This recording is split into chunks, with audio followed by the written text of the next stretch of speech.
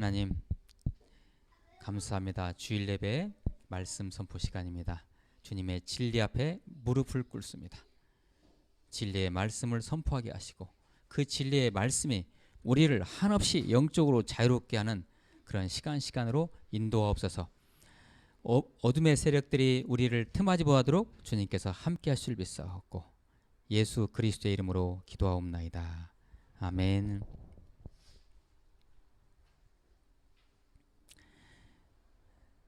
예수님께서는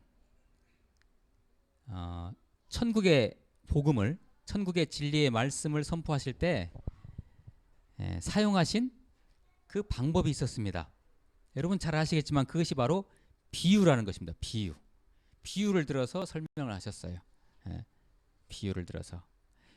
이 비유를 왜 예수님께서는 비유를 사용하셨는가?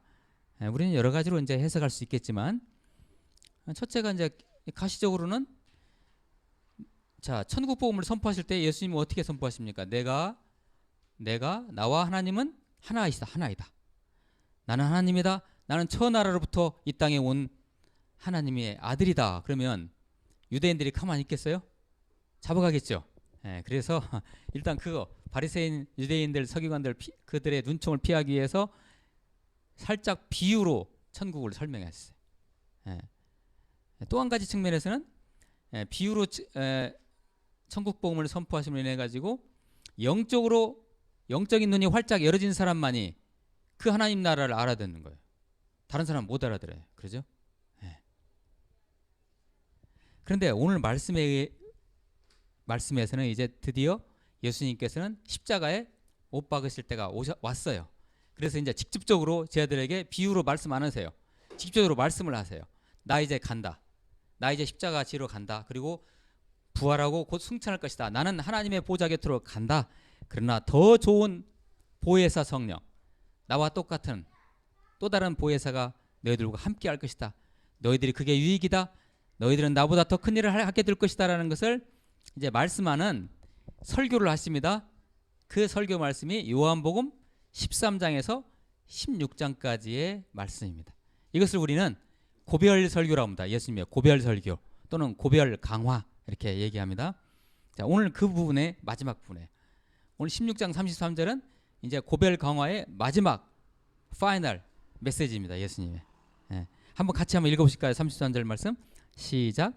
이것을 너희에게 이르는 것은 너희로 내 안에서 평안을 누리게 하려 함이라. 세상에서는 너희가 환난을 당하나 담대하라. 내가 세상을 이기었노라. 아멘. 예수님께서 이제 승천하시고 해를 받으시고 부활하시고 승천하셔서 아버지의 보좌 곁으로 가실 때 아무 말 없이 그냥 가시면 얼마나 황당하겠어요. 쟤들이요. 쟤들도 불안할 것이고 그래서 이렇게 설명을 해주십니다. 그런데 예수님께서 내가 너희들과 쟤들 앞에서 그러시죠. 내가 너희들과 이별하는데 이 이별이라는 것이 완전히 결별이라는 것이 아니다. 이게 결별이 아니다. 보혜사 성령을 너희들에게 보내주셔서 너희들을 더 잘 인도하게 될 것이다. 안심을 시켜주십니다. 더 좋은 만남을 기약하시는 것이죠. 예수님께서는. 제가 오늘 준비한 말씀 잠깐 보실까요? 16장 같은 요한복음 16장 7절 말씀인데요. 같이 한번 읽어보십니다. 이렇게 말씀하십니다. 시작. 그러나 내가 너희에게 실상을 말하노니 내가 떠나가는 것이 너희에게 유익이라. 내가 떠나가지 아니하면 보혜사가 너희에게로 오지 아니할 것이요 가면 내가 그를 너희에게로 보내리니. 아멘. 대충 이 말씀에 대해서 납득이 가시는지요? 여기서 말하는 보혜사라는 것은요, 영어 성경에서는 comfort라고 나옵니다. 카운슬러라고 나와요. 우리의 위로자, 우리의 상담자, 우리와 함께 하시는 분, 우리를 위로하시는 분, 이런 의미예요. 보혜사란 말이. 이 보혜사가 의미하는 게 뭐냐면, 또 다른 보혜사가 의미하는 게 뭐냐면은 성령님을 지칭합니다. 성령님. 근데 예수님은 오늘 이 말씀에서 내가 떠나가는 것이 유익이라고 말씀하셨죠. 지금 제자들은 예수님과 동행하고 있지요. 제자들은 예수님과 동행하고 있는데 이 제자들은 예수님을 과연 이분이 하나님의 아들인가, 아니 하나님이신가, 하나님의 본체이신가 의심스러운 거예요. 아직 그 믿음이 안 가요. 어떤 식으로 믿냐? 나의 좋은 선생님이에요. 나의 좋은 선생님이에요. 이것은 예수님을 어떻게 믿는 거예요? 나의 마음으로 믿는 거예요. 감정으로. 나의 마음으로 믿는 거예요. 그러나 여러분, 하나님은요, 마음에서 믿는 것에서 끝나면 안 됩니다. 뭐로 믿어야 해요? 영으로 믿어요. 영으로. 영의 문이 활짝 열려서 하나님을 받아들여요. 영으로 믿어요. 영으로요. 자, 그런데 아직 제자들은 거의 그 단계까지 안 왔어요. 그러니까 예수님이 십자가에 못 박으시고 부활하시고 승천하시고 올라가신 다음에 오순절 말하다 보면 뭐가 임하죠? 성령이 임하죠. 그 성령이 확 임하네. 심령이 확 임하네. 이렇게 믿어야 돼요. 그래서 내가 가는 것이 너희들에게 더 유익이다는 말이 바로 이 말이에요. 자, 납득이 가시죠? 예, 이게 유익이에요. 여러분들은 이제 유익되게 지금 믿고 계십니까? 예, 많은 사람들이요, 예수님을, 하나님을 마음으로 믿어요. 그냥 마음으로만 믿어요. 예, 그건 믿음이 아닙니다. 영의 문을 활짝 열으셔서 믿으셔야 돼요. 열어질지어다. 영이. 예, 열어지어야 됩니다. 예. 또 하나의 말씀, 16장 13절 말씀 같이 한번 읽어봅니다. 시작. 그러나 진리의 성령이 오시면 그가 너희를 모든 진리 가운데로 인도하시리니 그가 스스로 말하지 않고 오직 들은 것을 말하며 장래일을 너희에게 알리시리라. 예, 장래일을 이 제자들에게 누가 알려준다고요? 보혜사 성령이. 그 보혜사 성령을 오늘 13절 말씀에서는 뭐라고 표현했어요? 진리의 성령이라고 말씀하시죠. 예, 진리에서 같은 말이에요. 진리의 성령이 너희들에게 임하면 그분이 너희들에게 다 알려줄 것이다. 이게 무슨 얘기? 조금 전에 제가 말씀하신 그 내용이에요. 영의 문이 열어지면, 영으로 하나님을 만나게 되면 하나님께서 이 우주를 어떻게 경영하시는가, 하나님의 뜻이 무엇인가, 내가 이 땅에 존재하는 것이 이유가 무엇인가를 영적으로 깨닫게 되고 그 일을 행하게 될 것이라는 얘기예요. 크리스찬들이요, 교인들이 이 단계까지 가지 아니하면 크리스찬이 아닙니다. 죄송합니다. 이걸 깨달아야 돼요. 성령 받아야 이걸 깨달아야 돼요. 이거 성령 받아야. 성령 임해야 돼요. 그러기 전에는 내가 마음적으로만 예수님 믿어가지고는 그 몰라요. 그래서 성령이 임하면 뭐가 보여요? 하나님 세계가 보여요. 하나님의 일하심이 보이고 하나님의 나아갈 방향이 보여요. 그래서 그 길로 인생을 갖고 가는 거예요. 그게 뭐겠어요? 하나님이 원하시는 거, 궁극적으로 원하시는 거, 하나님 나라의 온전한 임함, 세계 복음화예요. 세계 복음화. 예, 그리고 그대로 간다. 예수님께서 말씀하신 그거예요. 너희들이 할 일을 그 성령이 임하면 알려줄 것이다. 뭘 알려줘요? 땅끝까지 복음을 전하라 이거예요. 예, 그거예요. 우리 무드교회도 그것 때문에 존재해요. 이 교회가 다른 거 없어요. 우리 친목 단체 우리가 아니에요. 아니에요. 예. 자, 오늘 16장 33절 말씀, 바로 이러한 고별 강화, 예수님의 이제 십자가로 이제 고난 받으시기 직전에 제자들에게 주시는 고난 강화, 고별 설교의 마지막 파이널 말씀이에요. 33절 말씀. 제가 다시 한번 읽어드립니다. 잘 들어보세요. 이것을 너에게 이르는 것은 너희로 내 안에서 평안을 누리게 하려 함이라. 예수님이 떠난다고 하면은 제자들 굉장히 불안할 수 있고, 그리고 뭔가 박해를 받게 되겠죠. 그것이 예상되는 거죠. 세상에서는 너희가 환난을 당하나 담대하라. 내가 세상을 이기었노라. 이 말씀 안에는 모순이 들어있죠. 역설이 들어있죠. 아니, 아이러니가 들어있죠. 그죠? 아니, 내 안에서 평안을 누리게 함이라 했는데 하반절에서는 어떻게 되어 있어요? 너희가 환난을 당하나 이렇게 되어 있죠. 이 부분을 우리가 해석을 잘해야 돼요. 이 부분을.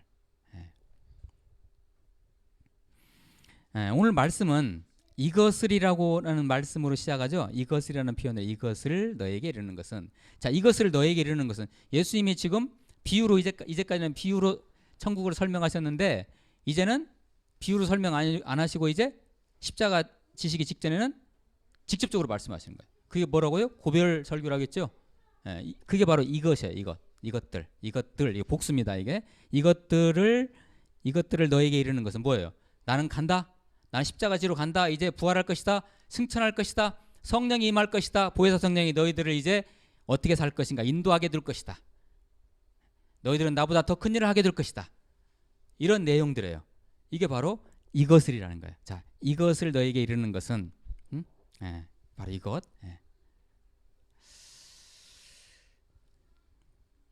그런데 조금 전에도 제가 말씀드렸다시피 전후 사실과 문맥 관계를 통으로 보고 있는 우리는 이 말씀이 상당히 모순이 있다는 걸 발견해요. 그죠? 평안은 말씀하시놓고 환난을 말씀하시네. 어때요? 우리는 이미 다 통으로 보고 있잖아요. 이미 이때 당시에 이 말씀에 언급된 제자들이 어떻게 살았는가 이미 과거 역사가 됐잖아요. 그분들이 어떻게 살았어요? 정말 신감 편하게 살았어요? 마음 편하게? 어떻게 살았어요? 예수님 돌아가신 뒤에 성령이 임한 다음에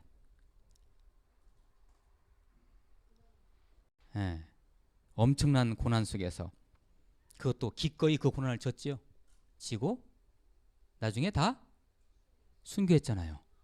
이게 샬롬입니까? 맞아요. 그게 샬롬이에요. 그게 샬롬. 대단한 영성입니다. 이것이. 이 영성이 임하면요. 이 세상 뭐가 무섭겠어요? 그죠? 그렇죠? 이윽고 예수님은 부가 설명을 하십니다. 세상에서는 너희가 환난을 당하지만 우리 그리스도인들은 당연히 환난 당해요. 이 세상이 뭔데요? 이 세상이 다 NT 하나님인데 전부 다. 당연히 우리들은 성령 받은 자들은 이 세상에 살다 보면 그 자체가 삶 자체가 환난이에요. 안 그러겠어요? 자, 환난을 당하지만 예수님께서 이미 세상을 이기셨다고 말씀하시죠. 내가 세상을 이겼다. 이겼다. 완료로 표현됐어요. 근데 지금 이 말씀을 이 고별 설교를 하실 상황이 십자가를 지시기 전에 후예요? 전이잖아요. 근데 예수님은 내가 세상을 이겼다라고 완료로 이미 선포하셨어요. 예수님이 하나님의 시간표에서는요 그런 거예요. 아직 안 왔지만 예수님은 이미 내가 세상을 이겼다. 세상을 이겼다. 이렇게 카이로스의 시간표에서는 이미 이긴 거예요. 담대하게 그래서 환난을 맞이하라. 그것이 바로 샬롬이에요. 그것이 평안이에요. 아니 환난이 없는 것이 평안이 아니라 환난이 오지만 담대하게 그 환난을 맞서서 이미 예수님이 이기셨으니까 맞서서 싸워 나가는 거 이게 샬롬이에요. 이게 그리스도의 영성이에요. 그리스도인의 영성이죠. 세상에 그게 샬롬입니까? 맞습니다. 자, 여기서 잠깐 그 세상이라는 용어가 오늘 나오죠. 세상 하는데 여러분 우리 기독교인들이 우리 교인들이 세상이라는 용어에 대해서 익숙하시죠? 설명할 수 있죠. 세상 그럼 뭐예요? 교회 밖의 세상? 어떤 세상? 누가 관장하는 세상이에요? 하나님의 통치를 받지 않는 어둠의 세계가 존재하는 세상, 마귀 권세의 손아귀 위에 있는 세계, 그래서 그곳에서는 악이 창궐하고 그 악이 승리하는 것처럼 보이는 그 세계, 그걸 우리는 세상이라고 그래요. 교회와 구별되는 것이죠. 교회와 구별되는. 자, 옆에 사람들 한번 격려 한번 하세요. 자, 우리 말씀 잘 들읍시다. 깨어나서 영적으로 확 깨어서 말씀에 집중하십시다. 격려 한번 해주세요. 사도 요한이 이 요한복음을 누가 기록했어요? 사도 요한이 기록했지요. 사도 요한이 기록한 또 다른 서신서가 있어요. 요한 1서, 2서, 3서. 그리고 요한 계시록도 이제 물론 기록했죠. 요한 1서에 보시게 되면은 이 세상이라는 개념이 뭔가가 아주 잘 나와 있어요. 그래서 제가 말씀을 가져왔습니다. 자, 처음에 그 아비드라 그 부분 같이 읽어봅니다. 시작. 아비들아, 내가 너희에게 쓰는 것은 너희가 태초부터 계신 이를 알았으며, 청년들아, 내가 너희에게 쓰는 것은 너희가 악한 자를 이기었음이라. 아이들아, 내가 너희에게 쓴 것은 너희의 아버지를 알았으며, 아비들아, 내가 너희에게 쓴 것은 너희가 태초부터 계신 이를 알았으며, 청년들아, 내가 너희에게 쓴 것은 너희가 강하고 하나님의 말씀이 너희 안에 거하시며 너희가 흉악한 자를 이기었음이라. 아멘. 예. 자, 여기서 흉악한 자 나왔죠. 이게 세상이에요. 그리고 앞에서는 악한 자라고 표현이 됐죠. 그것을 너희들이 이겼다라고 얘기하죠. 예. 어떤 사람이 이걸 악한 자와 흉악한 자를 이길 수 있나요? 세상을? 예수 그리스도 안에 있는 자들이에요. 그렇죠? 예수 그리스도 안에 있는 자들이에요. 자, 또 한 말씀, 요한일서 5장 4장 4절 말씀이죠. 같이 또 읽어봅니다. 시작. 자녀들아 너희는 하나님께 속하였고 또 그들을 이기었나니 이는 너희 안에 계신 이가 세상에 있는 자보다 크심이라. 아멘. 우리 안에 있는 예수님은 저 아기 창궐하는 세상보다 작으신 분이에요? 크신 분이죠. 그분이 우리 안에 계시죠. 그러니까 우리는 이미 세상을 이긴 거예요. 이긴 거예요. 하나 또 말씀이 더 기다리고 있죠. 5장 시작. 하나님께로부터 난 자마다 세상을 이기느니라. 세상을 이기는 승리는 이것이니 우리의 믿음이니라. 예수께서 하나님의 아들이심을 믿는 자가 아니면 세상을 이기는 자가 누구냐? 예수께서 하나님의 아들이심을 믿는 자, 예수 그리스도를 만난 자, 영으로 만난 자들이 바로 세상을 이긴다. 오늘 그 찬송가 여러분 기억나시죠? 믿음이 이기네. 기억나시죠? 믿음이 이기네. 우리 들었잖아요. 그게 바로 그거예요. 예수 그리스도에 있는 자가 세상을 이겨요. 저와 여러분은 세상에 대해서 이기는 자입니까? 아니면 세상으로부터 눌리는 자입니까? 지난 일주일간 한번 돌아보세요. 어떠셨어요? 눌리셨나요? 세상에 막 그 거센 죄의 그 폭풍 바다에 그냥 폭풍에 그냥 이렇게 눌리셨나요? 아니면 그 세상을 예수의 이름으로 장악하셨나요? 이미 예수님께서 뭐라고 하셨어요? 내가 세상을 이기었노라. 예수님이 이미 이기셨어요. 언제 이기셨어요? 십자가에서 그 고난을 당하시고 부활하심으로써 그 악의 세력을 다 끝내셨어요. 이미 끝내셨어요. 전쟁은 이미 끝났어요. 전쟁은. 근데 우리는 전쟁이 안 끝난처럼 지금 매일같이 패배할 수도 있죠. 패배하고 다니죠. 때로는. 왜 그럴까요? 이거 우리가 영적으로 넘어서야 돼요. 이거요.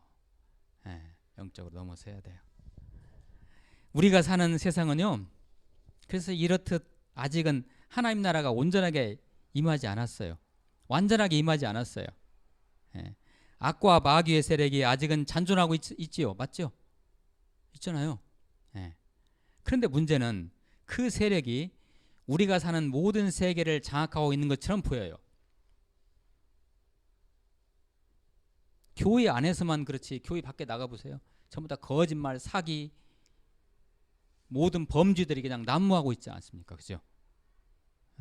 그 마귀 권세가 이 세상을 장악하고 있는 것처럼 보여요. 그렇게 보여요. 이미 예수님께서 승리하셨는데도 불구하고 보편적으로 포괄적으로 그렇다는 것입니다. 자, 우리가 살고 있는 대한민국이 더욱 그러한 것 같아 안타깝습니다. 저는. 제가 설명해 드릴까요? 설명 안 해도 아시죠? 얼마 전에 우리나라 대통령 탄핵당했죠. 세월호 이제 건졌죠. 이런 것만 봐도요. 악이 아직도 우리 세계를, 우리 대한민국을 전부를 지배하고 있는 것처럼 보이잖아요. 그죠? 오늘 말씀 한번 다시 한번 읽어보실까요? 오늘 말씀 33절 말씀 16장 33절 시작. 이것을 너에게 이르는 것은 너희로 내 안에서 평안을 누리게 하려 함이라. 세상에서는 너희가 환난을 당하나 담대하라. 내가 세상을 이기었노라. 아멘. 이 말씀이 우리 대한민국 안에 계속해서 선포됐고 이것이 그리스도인들을 통해서 이 땅에 그대로 실천이 됐더라면 대통령 탄핵 없었을 거예요.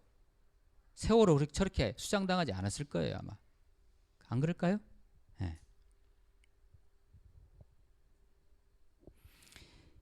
다시 말씀드리지만 오늘 말씀에서 나오는 이 평안이라는 건, 샬롬이라는 것은, 이 평안은요, 피스티스라는 것은, 이게 헬라어로는 피스티스예요.